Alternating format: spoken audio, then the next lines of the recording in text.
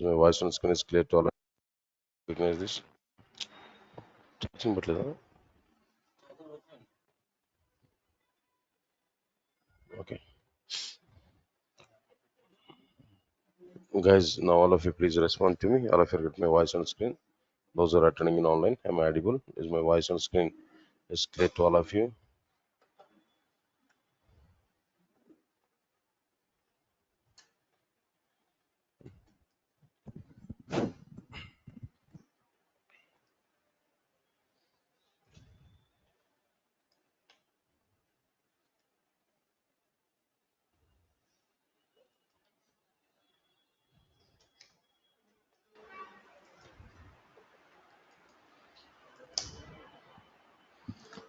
So right, sir. Now check it what we completed in the last session. What topic here we are understanding there. I think so in the last class just we started the prerequisite topic we started there in advanced Java. In now prerequisite part. Okay, and before that in advanced Java overall the topics are prerequisite, JDBC, servlets, JSP, JSTL and expression language. So the last JSP, JSTL and expression language are a single part only, single course only. Part of the JSP only we are able to get them. Okay, just as a part of the JSP only. Right. Now get prerequisite part if we understand. So classes, abstract classes, interfaces, static keyword, class dot for name and new instance method. Then up to this part we have completed already in core Java classes.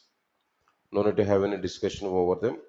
Then after that, exception handling onwards we have to understand up to these collections, basics of the collections. Up to that here we have to understand. So here exception handling we started already. They are given first what is an exception. Very simple definition I have given. Exception is runtime error causing abnormal termination to the Java applications. Here in Java applications there are two types of terminations. What are the two types of terminations now? Smooth termination, abnormal termination. Smooth termination is what?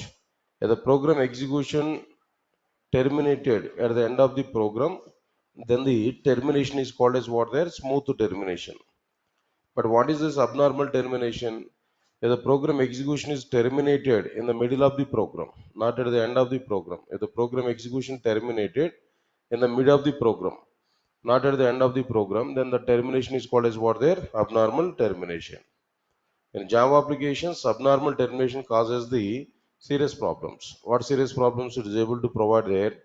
It may crash out the local operating system. It may hang out the network if it is a network based application. It may down the server if it is a server side application. It collapses the database if it is a database related applications and so on and so on and so on. So many problems here we are able to get. To avoid all these problems, we need to avoid abnormal terminations. To avoid abnormal terminations, we have to handle the exceptions properly. For that purpose, we have to go for what their exception handling mechanisms. There is a need of the exception handling mechanisms. Right. Okay, fine. In exception handling, types of exceptions are available, but not required to understand for the sake of advanced Java. But still, one or two points I am going to provide to you. In core Java, in exception handling, I will cover the actual content of the exception handling. But here we have to understand there are two types of exceptions. There are two types of exceptions. What are the two types of exceptions here now? The first one is checked exceptions, and the second one is what they are unchecked exceptions. There are two types of exceptions: checked exceptions and unchecked exceptions. So, what is checked exception and what is unchecked exception? Right, observe carefully. Checked exceptions. These exceptions are recognized by the compiler at the time of compilation. Right, so these exceptions are identified or recognized by the compiler at the time of compilation. Okay, really, but really but really exceptions are not occurred at a compilation time. Exceptions are really not occurred at what time? Compilation time, but which are identified, recognized by the compiler at the time of compilation. Okay, right. So these exceptions are called as like what they're checked exceptions. Number of examples you have given there, but again I'm telling to you, when we compile the program, when compiler compiles the program, compiler will identify some exceptions which will occur at runtime. Compiler will recognize the code, it will generate an exception at runtime. The compiler checked, the compiler identified exceptions are called as what they're checked exceptions. These exceptions are recognized by the compiler at the time of compilation of the program or at the time of compilation. But really exceptions are not occurred, exceptions do not occur at a compilation time. Right, sir. So this is the point here. Again, I'm telling there, no exception will occur at compilation time. But checked exceptions are what they? These exceptions are recognized by the compiler by monitoring our code. What compiler will say is now, if you run this code, definitely exception will come in this particular location. That is identified by the compiler and giving that notice to the user. So this type of things are called as what they checked exceptions. I want to modify this statement. These exceptions are recognized by the compiler at compilation time and says that there must be an exception if you run the application. Clear? Getting clarity on this point now? These exceptions are recognized by the compiler at the time of compilation and says that there must be an exception. Here exception must be generated or there must be an exception if you run the application. There must be an exception if you run the application. There must be an exception, okay, if you run the application. But real exceptions do not occur at what time? Compilation time. No. Right. So this is checked exceptions. Then what about this unchecked exceptions? Unchecked exceptions. These exceptions are not recognized by the compiler, comma, which are recognized by the JVM at runtime. These are recognized by the JVM at runtime. These exceptions are recognized by the JVM at runtime. So these are called as like what they're unchecked exceptions. So examples, if you want to see what are the various examples for the checked exceptions, if you want to understand, so many exceptions are available. So first of all, like what there, class not found exception,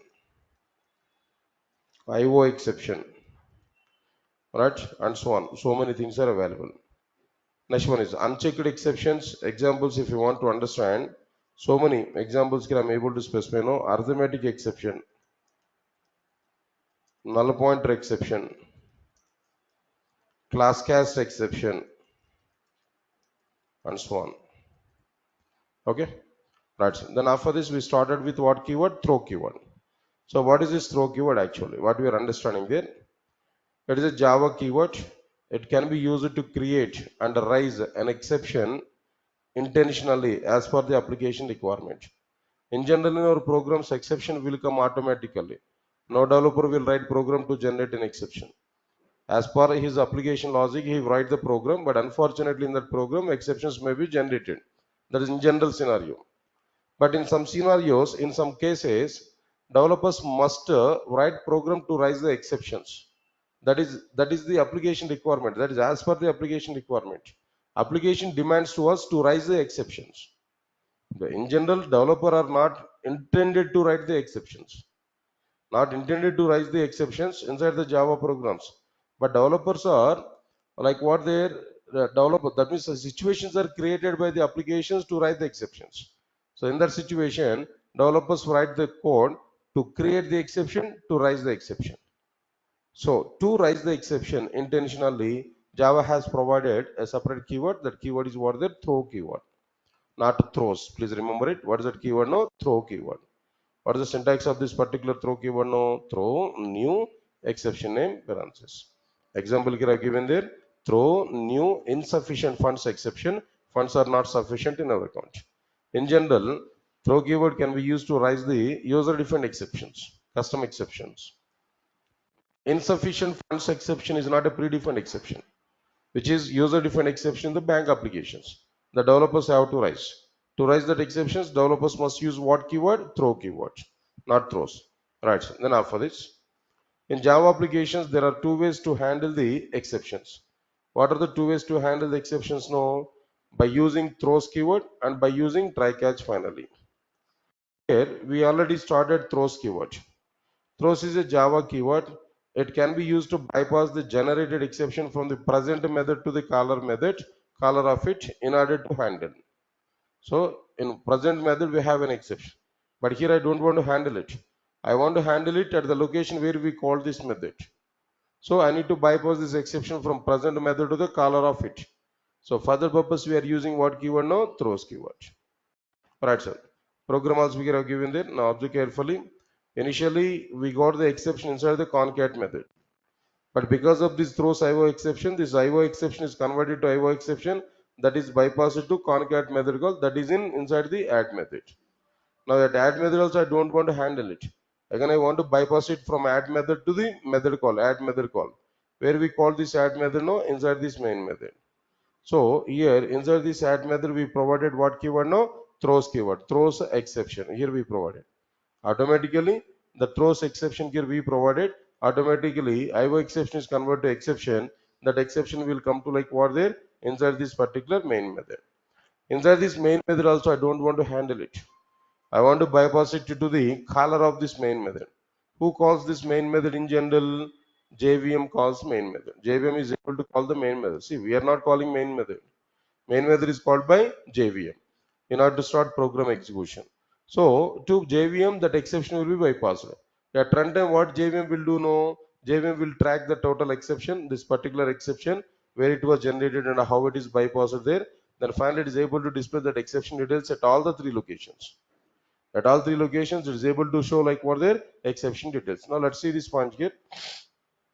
When we execute this program, exception in thread main, java.io.io exception, my IO exception at all three lines. Initial at 8th line, next one is what their 5th line, and next one is what their 14th line. At all three locations here, we are getting that exception details directly. Okay. So this is what we completed in the last class about throws keyword. Yes, sir, got it or not? Now we have to understand try catch finally option. Again, I'm telling there in a simplified way, I'm going to discuss about these concepts now. But this is not the final information about these topics. Final information, that means in detailed information of these topics, we are able to get inside the core Java only. Now I'm discussing all these points in order to move forward their advanced Java. Just to go for JDBC, what prerequisite is required from these concepts now that we are discussing. Okay, don't make it as a final content. Only required information I'm discussing with you now. Right, sir. In general, you may have a question actually. What is the question here we are getting now? All of you observe carefully. To handle the exception, already we have throws keyword. Already we have throws keyword to handle exception. And what is the purpose of using try catch finally? What is the need of it? I'm giving clarity. Now observe carefully. Throws keyword. Listen, all of you observe carefully. Throws keyword is not really an exception handler. It doesn't handle the exceptions. Is not really an exception handler. Why? Because throws keyword. Why? Because the throws keyword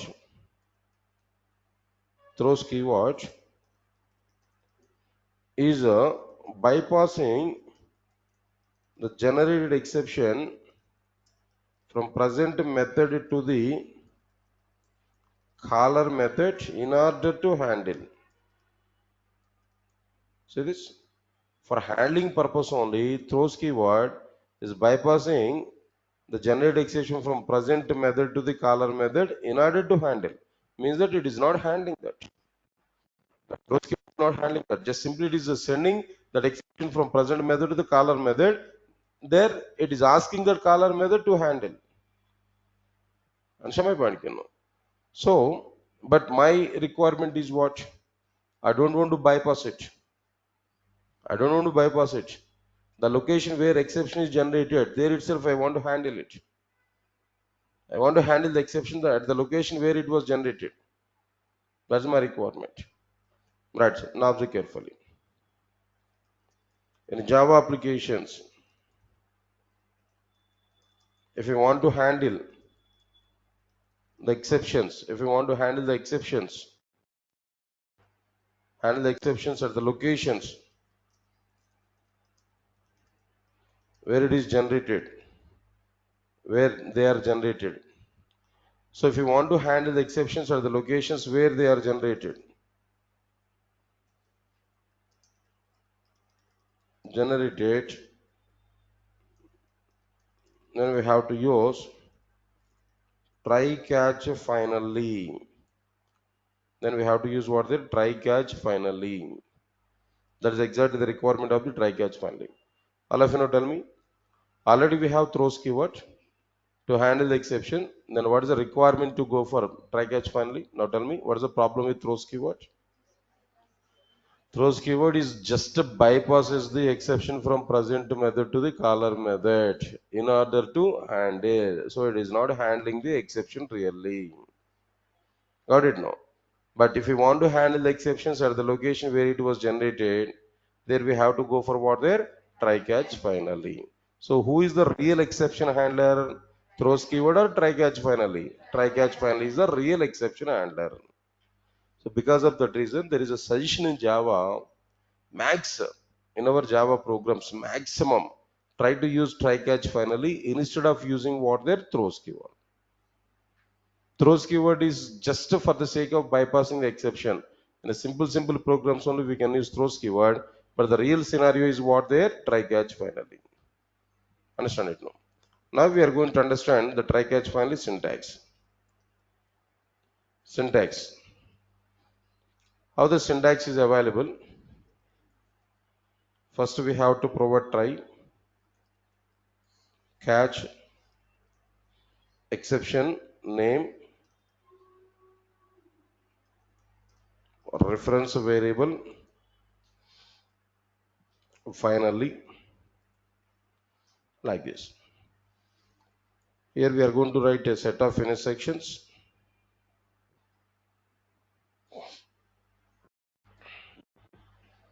Inside the catch block of a set of intersections. Also, I'm going to write a set of intersections. Right, so now this is clearly like what there try, catch, and finally syntax. Okay.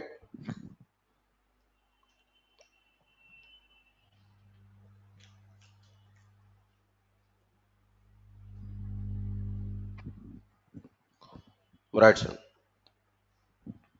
try, catch, finally, try block, catch, and finally. Okay, fine. So now try block information here we are going to understand. So what is this try block? What is the purpose of the try block? And what we are going to keep inside the try block? Right. Observe carefully.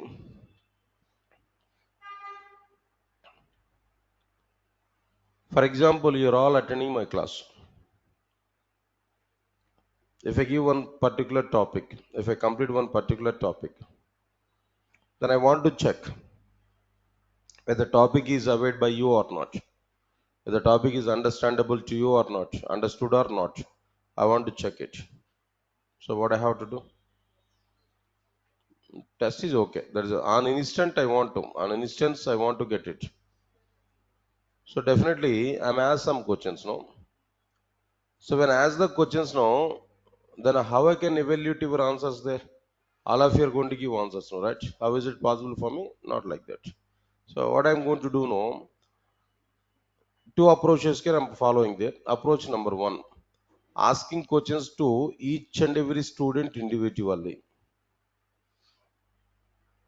Okay. For example, if I start asking question right from first person to the last person, how much time it will take? The next topic I'm not going to start. It may take maybe 1 or 2 days of time if it is a case now. So it is not the right approach. But as you are the good teacher, as you are the good trainer, definitely we have to identify some faces inside the class which are not understanding. Understand my point? If you are the good teacher, definitely we need to have some awareness on your students. Which students are following content clearly, which students are not following content. Just by seeing their faces, you have to say. But still, if you want to check for it now, which faces are dull or which faces are not understanding, then ask 1 or 2 questions for them. That means which faces are doubtful, ask them. If the face is confident, not required to ask them. Already they had the information. But which student is having some doubtful face now, directly ask that student and get confirmation. Are you following my point? What I'm trying to say now? No need to check each and every student. Yes, sir, got my point or not? Similarly, I have written a program with 100 lines of code, but how many lines of code I have to keep inside the try block in the sense? Not required to keep all 100 lines inside the try block. Inside the try block, we are going to provide only doubtful code where exceptions are going to be generated. Understand my point now? Inside the try block, what code we are going to provide now? Only doubtful code where exceptions are going to be generated. Doubtful code which may raise an exception. There also I am saying that which may raise an exception. No confirmation from even still. So I'm going to keep some set of lines of a set of lines of code inside the try block which may raise an exception. So of course, then as you are the developer, if you're doubtful about all of your code in a sense, you're not a developer basically. As you have written that 100 lines of code, definitely we have to find 5 to 6 lines or 2 to 3 lines of code, maybe doubtful code which may raise an exception. But if you're doubtful about the total code in a sense, you're not a developer, right? Then how can we doubtful about your total program there? As we are going to get right outputs or wrong output is a secondary. That's not our content again. Our concept is what there. I've written some code. Out of these 100 lines of code, okay, this 10 lines, 10th line to 5th line, 10th line to 15th line, maybe there may be a chance of getting an exception. The doubt we are going to have. Keep the doubtful code inside the try block. Then you may ask one more question. So how am I going to get the doubt? How am I able to get the doubt? Yes, definitely. That see, it's a valid question only. How you are able to get doubt over the code? Actually, in Java, what happened? Some methods are available. If you're using some methods now, some exceptional situations are available. If you know that exceptional situations, automatically we are able to get out. Say, for example, I'm going to perform a division operator, A by B, for example. A slash B, I've written it. If the case is what there, B value is 0, no, infinite. Infinite is not represented in Java, but infinite is represented in the form of an exception like what? Arithmetic exception. So here the doubt is what? The division operation operator we provided here, but the B value is 0, maybe 0. If it is a 0, arithmetic exception here we are able to get. This is doubtful code. Keep that inside the try block. Sir, I'll forget my point or not? Of course, if you keep the total code inside the try block, nothing is wrong. Then simply it is able to process it. But the point is what? Not required to provide the total code. Unnecessary. This is unnecessary. This required to provide the code is up to how much doubtful. How to which part is going to generate the exception. Which part may raise the exception. That part only here we have to keep inside the try block. But at the same time, there is no guarantee of raising an exception from try block. Sir, I given some part of the code inside the try block, but my code is not generate any exception. So anything is wrong from my code here. Right? Anything is wrong about to take my try catch finally. But I given some code inside the try block, but which is not generating any exception. Is it a wrong approach to take the try block? No. Try catch finally? No. No, not at all. So that's the reason why I'm telling that even if we keep some code inside the try block, there is no guarantee of generating an exception from that code. No need to expect. It's not mandatory to provide an exception from the try block. That's the reason why certificate is a doubtful code only. The doubtful code in the sense what? It may raise the exception, may not raise the exception. If it raises the exception, we have some process. If it is not providing any exception, some other process we are able to have. Yes, sir, got my point or not? So finally the point is what the main purpose of the try block is to is to provide an exception is to provide an exception is to find an exception is to not provide is to find an exception is to find an exception the code over the code it has over the code which it has.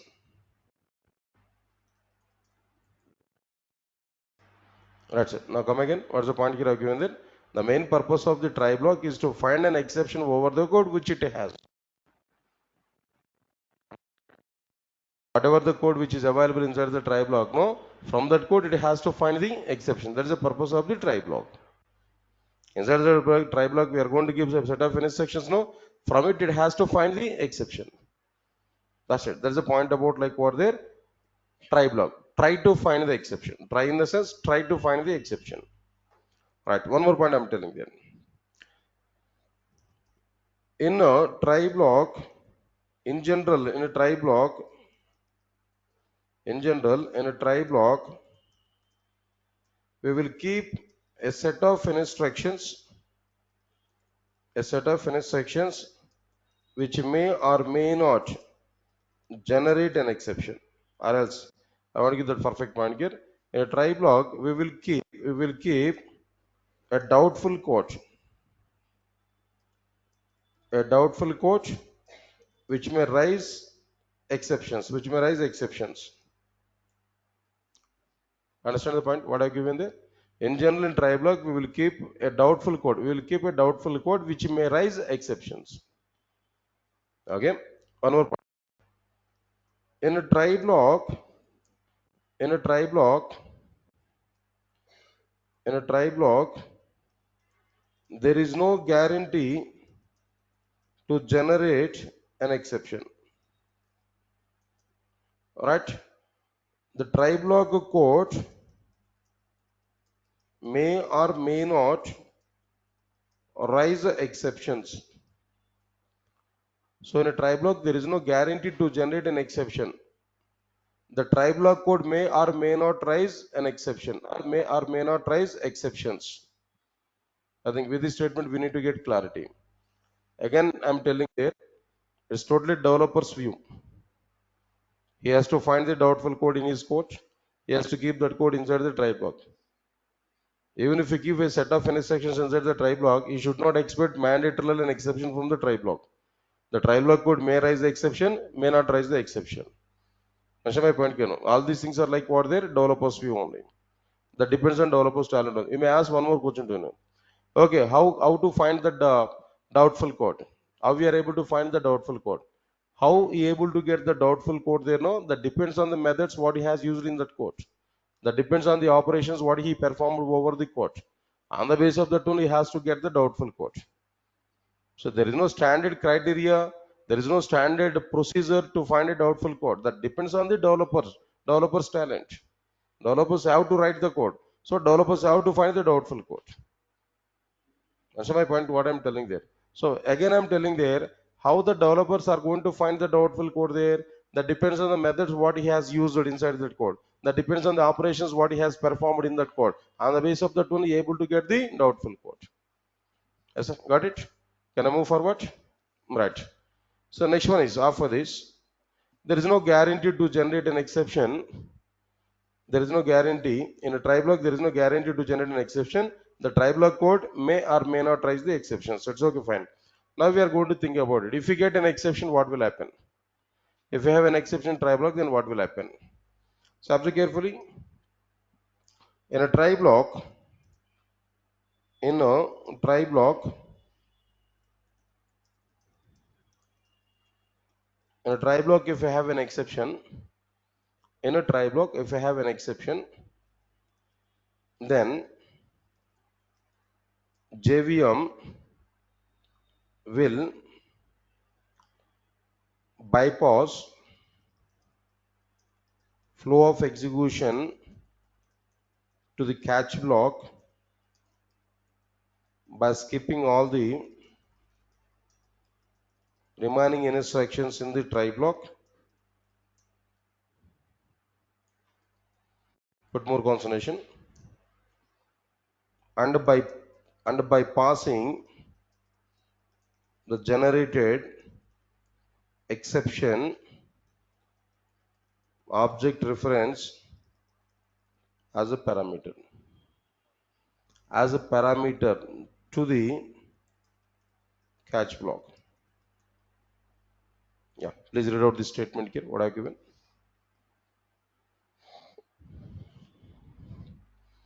When a try block, if I have an exception, then JVM will bypass flow of execution to the catch block by skipping all the remaining instructions in the try block and by passing the generated exception object reference as parameter to the catch block.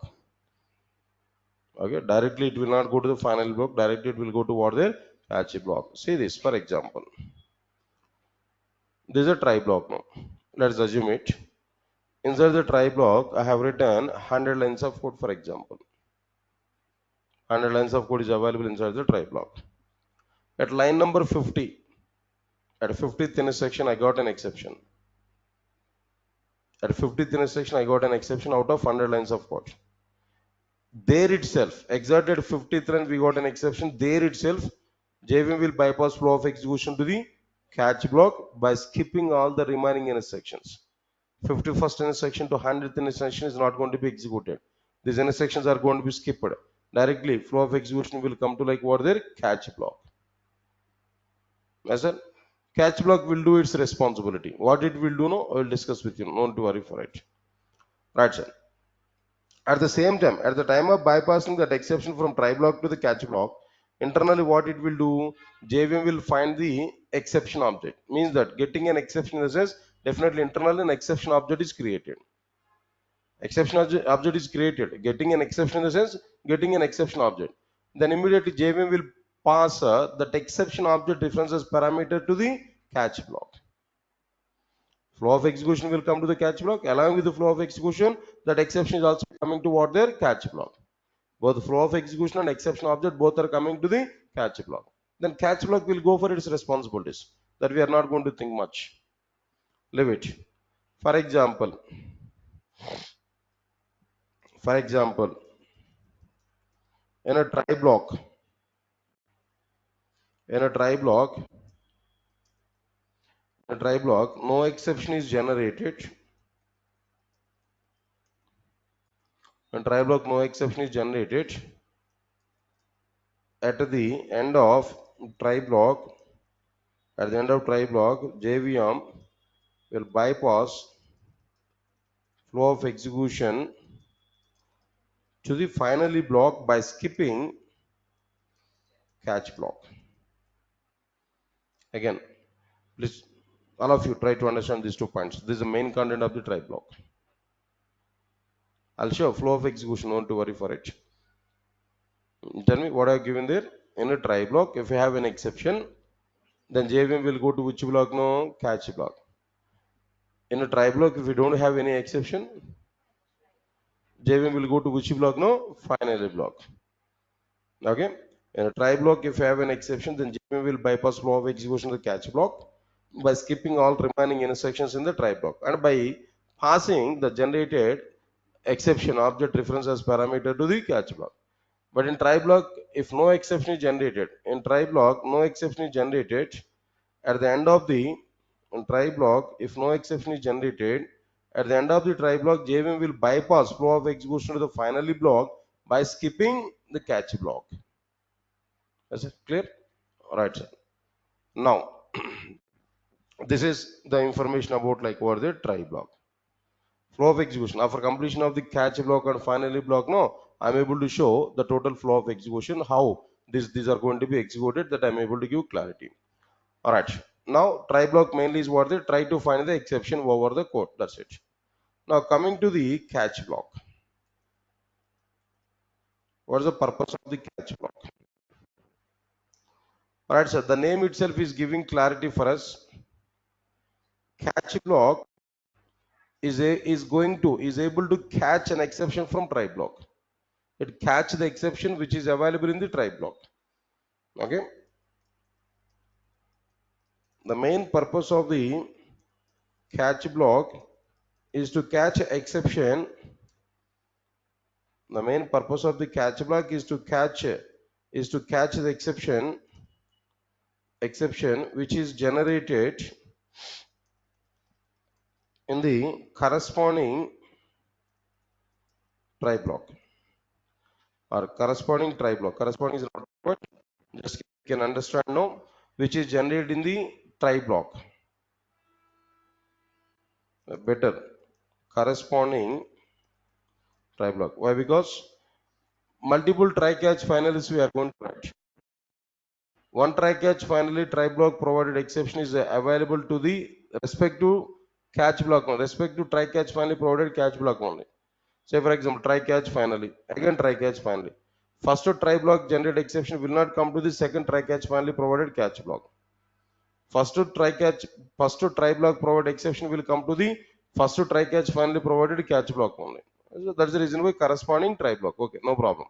The main purpose of the catch block is to catch the exception which is generated in the corresponding try block and displaying and provide the exception details. Provide the exception details to the users or developers, whoever it may be, users or developers. Okay. So catch the exception, provide exception details to the users.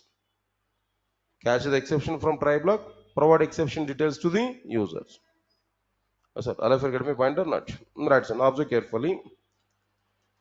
In general, exception details are provided into three parts. Exception details are divided into the following three parts. Exception message, not exception details. No, in general, exception message is divided into the following three parts. Okay, no problem. What are the three parts? No, first one is exception name. Okay, the second one is what there? Exception description. Every exception may have what there? Description. Next one is what there? Exception location. Alright, sir. First one is what there? What exception is generated? What description is available with that exception? At what location that exception is generated? Understand it? These details are available in exception message. Okay, fine. But now tell me, in how many ways we are able to provide exception details inside the catch block now? In how many ways it is able to provide exception messages inside the catch block now? I'm giving clarity now. Right, sir. Now, in a catch block or maybe catch block is able to provide the exception messages in the following three ways. Exception messages are provided by the catch block in three ways. There are three ways to display the exception message in the catch block. There are three ways to display the exception message in the catch block. What are the three ways, Keno? Observe carefully. First one is what there? By using print stack trace method. By using what there? Print stack trace method. Here itself I am giving clarity. All of you observe carefully. What is what it will provide? No, it will provide exception name. It will provide the exception message that includes exception name, comma, exception description, and the exception location. Okay, right, sir.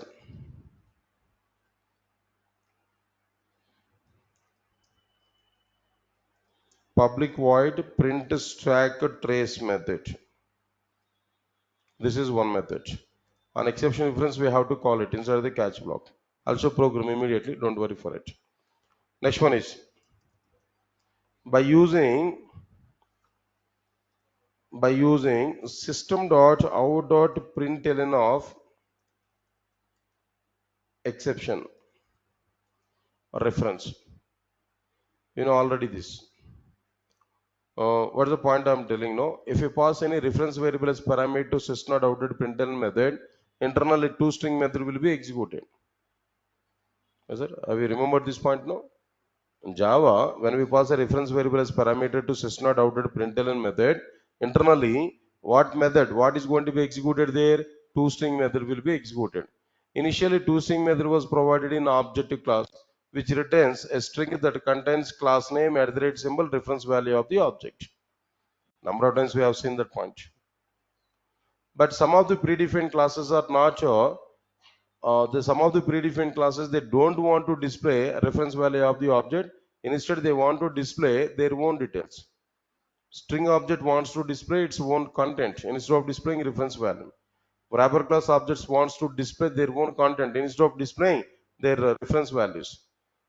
So many predefined classes are not dependent on the object class provided toString method. They want to have their own toString method to display their own details. Similarly, exception. All exception classes, they want to display their own details instead of displaying reference values of the exception objects. Yes, sir, got my point or not? So because of that reason, if we use system.out.println of exception, internally exception.toString method will be executed. Exception class provided toString method will be executed. That exception class provided toString method will display exception details instead of reference value of the object. So exception details are going to be displayed. What exception details are going to be displayed, that we are going to understand now. Right, so now observe carefully. When we pass, when we pass, when we pass an exception reference variable as parameter to system.out.println method, system.out.println method, when we pass an exception reference variable as parameter to system.out.println method, system.out.println method, println method, JVM will execute toString method provided by the exception class. ToString method provided by the exception class, where all exception classes, all exception classes have overridden the object class provided ToString methods in such a way, that to provide to return in such a way that to return a string contains the exception details, like exception name and exception description, but not exception location. Okay, not exception location. That's it. Please, all of you, read this statement. What I've given.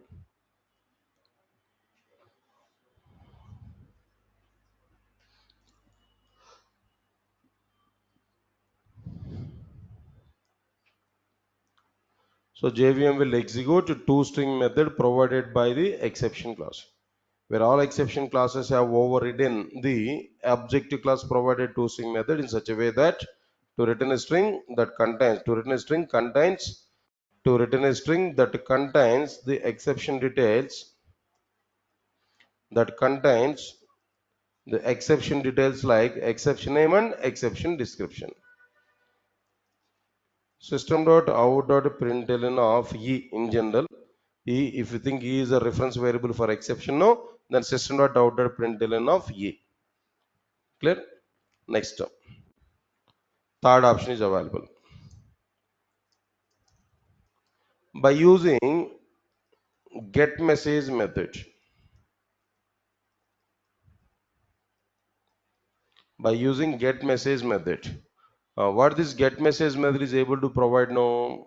Simple. It will return a string that contains the exception details like a exception description. Just it will return exception description. That's it. Not exception name and not exception location. Just only exception description. It will return a string that contains the exception details like exception name. That contains the exception details like exception description. That's it. Not more than that. Now here we have to understand public string get a message exception message. That's enough. So there are like what the three options to display exception details. All of you now tell me, how many ways we are able to display all the exception details to the user from catch block? Three ways. What are the three ways? Now, first one is what? By using print stack trace method. By using print stack trace method, it is able to provide all the exception details like what? Exception name, exception description, exception location. Next one is what there system.out.println of a. It provides the exception details like only what? Exception name and exception description. Next one is what there? Get message method. It provides only what details? No exception message, not exception name and not what there? Exception description. Sorry, exception location.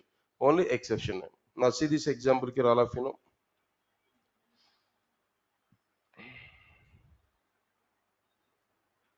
Everybody put more concentration here. For example, I'm going to take try catch exception finally block just okay namesake I'm writing it no, but I'm not going to use it at present. Now all of you observe carefully. Int a is equal to 100, float f is equal to, or maybe int b is equal to 0, float f is equal to a slash b. Damn sure we are able to get an exception.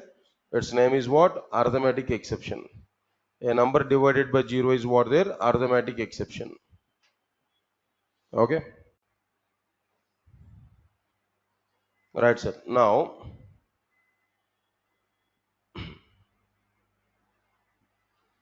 observe carefully. Int a is equal to 100, int b is equal to 0, float f is equal to a slash b. Now I'm going to display that exception details. First of all, directly I'm going to call e dot print stack trace method. Line space here I'm going to provide. Line space. Now for this, system.out.println of e. Now for that again line space. Next one is system.out.println of e dot get message. Now see this one. All three approaches can be provided or not. I don't want to provide anything. No. Now observe carefully. Now see this. We are getting some messages. No.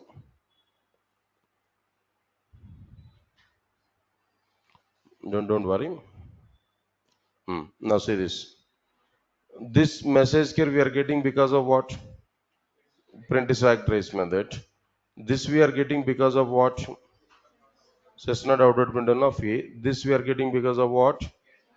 Get message. Right. Now see this one. If you understand this content here, this is exception name, arithmetic exception. This is exception description slash by 0. And this is what the location of the exception in our program. Print stack trace method is providing only, sorry, and system.out.println method is providing only two details. Name of the exception, description of the exception. The last one is what there?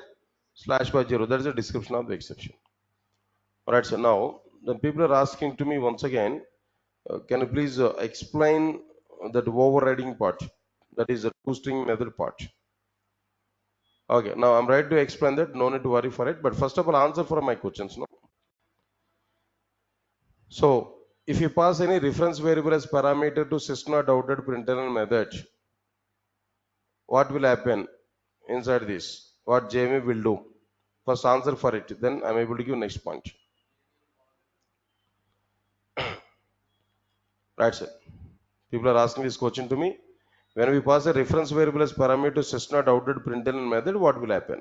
Please respond for me. If you know this point, then only we are able to understand the remaining content. Otherwise, it totally blank in this particular point. An object orientation we have, it will display the reference variable, reference value. Okay, how the reference value is displayed? It displays the reference value, it's okay, but how it is displaying now? 1 minute, 1 minute. You understood that? Okay, no problem. How it is able to display the reference value? What happened inside this println method to display the reference value?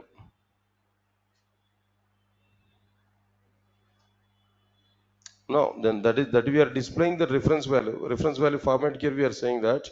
But what happened internally? Is it is executing any method internally? Is JVM executing any method internally? When I pass reference variable as parameter to system.out.println method, what happened internally? What JVM is doing internally? Is JVM is executing any method internally?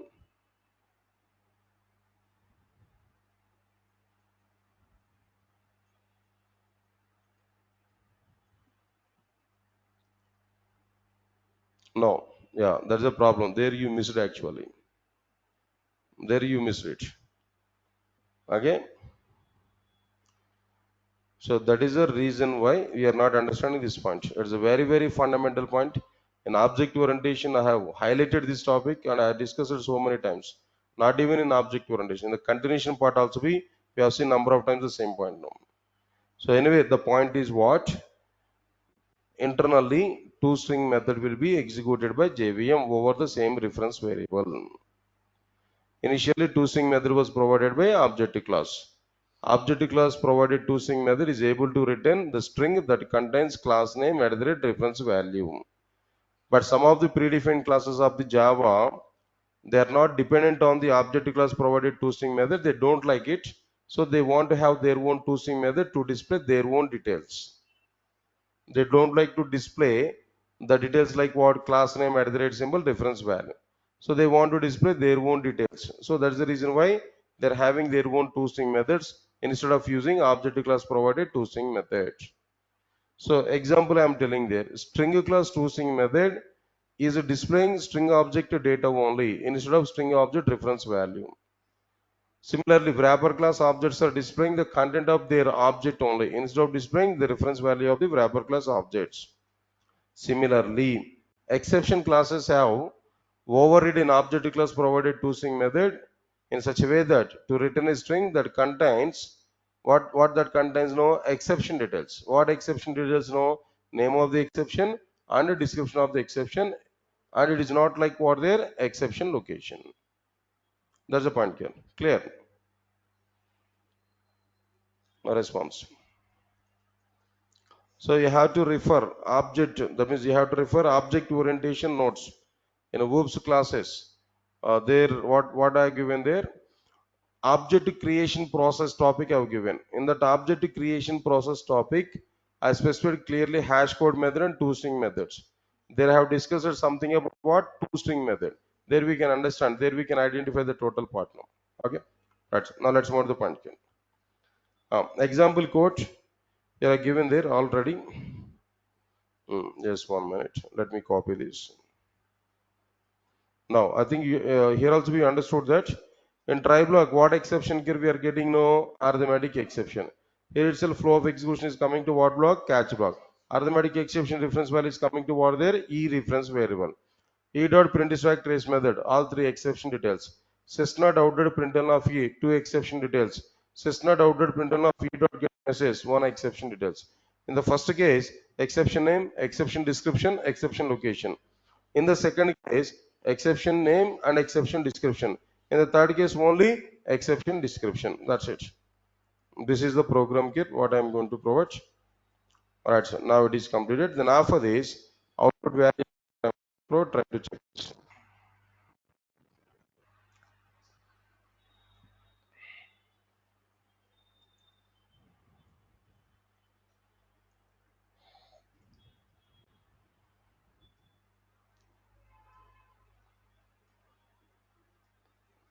Right, sir. It's okay. This is like what I'm telling to you, catch block and its related information. Now we have to understand the finally block. Finally block.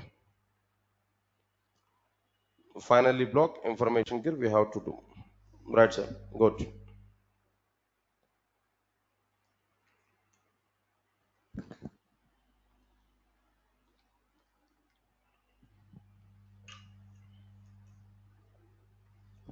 Right, sir. For example, listen carefully. I'm going to take one situation through that I'm explaining to you. Understand? Very simple situation. Now I'm taking classes now. In this room, I'm taking the classes in the classroom. Okay. So what happened when I come to the class just before me, before 10 minutes or half an hour before my classroom in charge is coming. Abhi is able to come here. What he is doing now, tell me. What is his responsibility here? First of all, he has to get ready all the chairs. He has to maintain the chairs. He has to adjust all the chairs. Next, has to get ready the projector. Then he has to get ready my laptop also. Then he's getting ready that audio system. Then what we have, everything he is to take the care. Yeah, he must to take the care. Because of my classroom in charge only, my operations are very simple. Then what I am doing? Nothing. Just I'm coming to the class. I'm taking the class. That's it. Even I'm not to shut down my system. Online class also he is starting. In that system shutdown also he is doing that. If he is not available, my work is not simple. So because of this person support only, I'm taking these classes effectively. Why? Because why I'm having this kind of environment as a trainer, always I need to think about the subject. I should not think about this infrastructure. I should not think about chairs are good or not, fans are running or not, tube lights are working or not. No, I should not think about. I should think about only Java.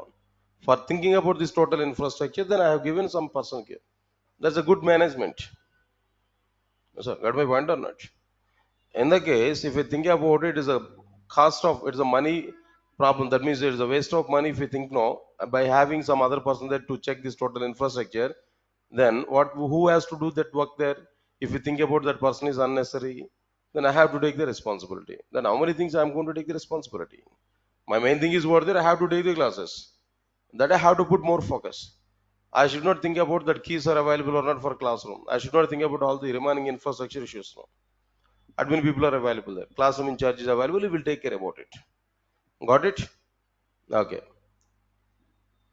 Now once again, now tell me. At morning 6:50, 6:45, he used to come here. He used to open the classroom. He used to check the chairs. He checked the projector. He checked the audio systems. He take my laptop. He start the laptop and he start online class and is getting ready everything. After that, I come to the class. Then I start taking the class, teaching the content. Okay. Case one here I'm telling to you now. My class is successful. At 8:30, I'm going to stop the class. Just I stopped it. After that, what happened? Again, classroom in charge is coming inside the class. Then is shut down the system. Or else maybe if any next class is available, you will open the next class session. Okay, assume it no next class, no. For example, he stopped the system, he stopped the projector, he stopped all the tube lights and fans and everything he has to take care. Am I right or not? Okay, in the case of my successful class, his responsibilities are very same. After the class, he has to shut down everything inside the classroom. That means instead of saying that shut down there, he is providing the cleanup operations. Shut down the projector is a cleanup operation. That resource we don't want to make it is waste. Then we want to make it is useful, right? So he has to stop the projector, means that cleanup operation. Next one is what that he has to stop my system. He has to stop all the tube lights now. So when students are not available, what is the need of all these things? No, then I will do that responsibility. Okay, fine. This is case number one. Here the case is what there. My class is successful. At that I stopped my class. Then he has to do that work. Next term. Again, I start the class there. But unfortunately, in the middle of the class, I was stopped. 7 to 8:30 is the time. At 8 o'clock, I stopped my class due to some problem. Then I was not feeling good. Then I don't want to continue the class. I want to stop it. I stopped it. Then what happened? If I stop the class now, then what is the next? What next now? What is the job of the classroom in charge? Again, he has to come inside the class. He has to stop my system. He has to stop projector. He has to stop tubelets and fans, and he has to saturate that entire class now. Am I right or not? If my class is successful, work is same. If my class is not successful, even the work is same again. So one thing is mandatory, whether my class is running successfully or not. What the thing is mandatory? Stop the tubelets, stop the fans, and stop the projector, shut down my system. This work is common. So this is mandatory or not? This work is mandatory or not? Whether you take the class successfully or not, whether you terminate the class in the middle, whether you complete your class at the end of the session, that doesn't matter. But this work is mandatory. To perform this type of work, we have finally block and try catch finally. Simple. Finally block responsibility is what there to execute the lines of code, to execute a set of instructions which must be executed mandatorily by JVM mandatorily. In our code, in our Java program, if any code you want to execute minimum mandatorily, irrespective of the execution successful or not, irrespective of executing our code successfully or not, that doesn't matter. Maybe your execution may be failed, your execution may be successful, that doesn't matter. A set of instructions I want to execute mandatorily, that code we are going to keep inside what block? No, finally block. Understand it? So whether I'm going to take my class, whether I run my class successfully or not, but classroom in charge work is same, it's mandatory. Understand my point? Okay, there in that situation we have to use what block there? Finally block. Okay, one more example I'm telling you. Now this is a technical example. In general we are going to use it. Observe carefully. For example, listen carefully. For example, I have a bank application. You are the customer. Now you want to perform some transaction. What we have to do? If you want to perform a transaction, assume it, you have already an account, you have already an internet banking option is available. Previously we have done so many transactions. Now today you want to do some transaction. You want to transfer 10,000 from your account to my account, for example. Do it mandatorily after the class. Okay. And then what we have to do? First of all, we have to open your online, that means online account. Then after that, we have to perform the transaction. Of course, our transaction is successful. Okay. Then after that, what is mandatory?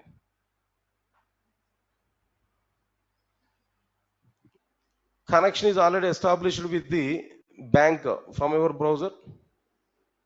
Communication is already started. As low as minimum, I'm giving information. You observe carefully. Once we start conversation with the bank, means that we establish connection with the bank. We perform transaction. At the end, what we have to do? We have to close that conversation or not. We have to terminate that conversation or not. We have to close the connection or not. Understand it clearly. Assume it in the case if you have not closed that connection, what is going to be happen? Even after our transaction, even after sign out, still if the connection is available, what is going to be happen now? Tell me. Somebody else will enter into your connection. Somebody else will use your database, your server, your bank. Somebody else may take your own money. Am I right or not? They may steal your money, right? They may steal your resources now. Understand it clearly. So here the point is what? Still the connection is open even after our work. So what is mandatory here?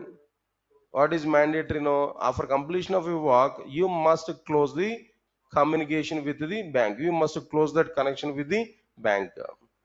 Yes, sir. All of you get my point or not? That means sign out is mandatory. If we sign out, it no automatic connection is going to be terminated. In some situations, what people are doing there, when they complete their bank transactions now, due to the lack of the time, simply they close the browser. Instead of sign out, they used to close the browser. It's a two worst situation I'm telling you now. Don't go for it. In the middle of the process, maybe after completion of your activity, maybe for everything, there should be a process of termination. Terminate it officially. Then after that, close the browser. I don't know what is the reason why. Especially this type of things are going to be happen in the bank transactions only. When people are completing their bank transactions, no, they're not going to sign out. Get my point on it? Then what they are doing, no, they simply they close the browser. If we close the browser, what's going to be happen there? Still the connection is available there. If the right hacker is identifying that situation, no, definitely will enter into our bank account. It will do the required operations there. The problem, that's the problem here. So here, what is mandatory? Sign out is mandatory. That means terminating connection with the bank is mandatory. For example, your transaction is successful, then we have done it. Am I right? In the case, if my transaction is not successful, transaction is failed. Even though your transaction is failed, then what we have to do? We have to close the connection. That means your closing connection is mandatory task or not? That's of course we may call it as a cleanup operation also in some other cases. Connection is an object. Once we complete our work there, then we have to destroy that object. Make eligible an object for garbage collection is a minimum. Understand my point, Kiana? Okay, whatever it may be, finally the point is what there. In our applications, we may use the resources like database connections, maybe streams, maybe some different resources we are going to use. Once we open that resources for the sake of a work, at the end of a work or after completion of a work, we have to close that resources. If you have not closed that resources now, some security issues are going to be happen. Security problems will come. Our resources may be misused by somebody else. If you have not closed that resource now, how much response we have taken to open the resources for the sake of your work, same responsibility we have to take to close the resources after completion of your work. Otherwise, resources are going to be wasted. Maybe security problems we are able to get. So in this scenario, whether you complete your work successfully or not successfully, that doesn't matter. Closing the resources is mandatory. Such type of mandatory tasks are going to be provided inside what block? No, finally block. Why? Because finally block is giving guarantee for execution. Finally block is giving guarantee for what? Execution. Because of that reason, we have to keep the close up, the closing operations or cleanup operations inside like what there finally block. Okay, now the point here what I am telling to you, finally block finally block is able to finally block is able to provide a set of finally block is able to take finally block is able to include a set of instructions which must be executed by JVM mandatorily, which must be executed by JVM mandatorily, irrespective of getting exception in try block, and irrespective of executing catch block. Whether you get an exception inside the try block or not, whether you execute catch block or not, that doesn't matter. What block is going to be executed now? Finally block is going to be executed. See, observe carefully. Finally block is able to include a set of instructions which must be executed by JVM mandatorily, right? Irrespective of getting exception try block and irrespective of executing catch block, right, sir? Now, in general, in Java applications, we may use resources like database connections, comma, network connections, comma, streams, and so on and so on and so on. Okay? When we perform operations with these resources, we may get exceptions. Here to handle the exceptions, if we use, we may here to handle the exceptions, we will use try catch finally. Here to handle the exceptions, we will use what there? Try catch finally. Understand my point clearly? In general, observe carefully. In general, in Java applications, we may use resources like database connections, network connections, streams, and so on. Okay, all right, sir. One more point here. Here we have to or maybe observe carefully. Right.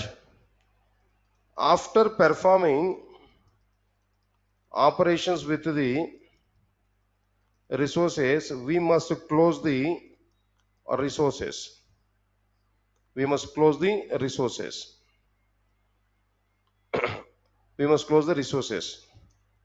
If you forget to close the resources, then there may be a chance to get security problems.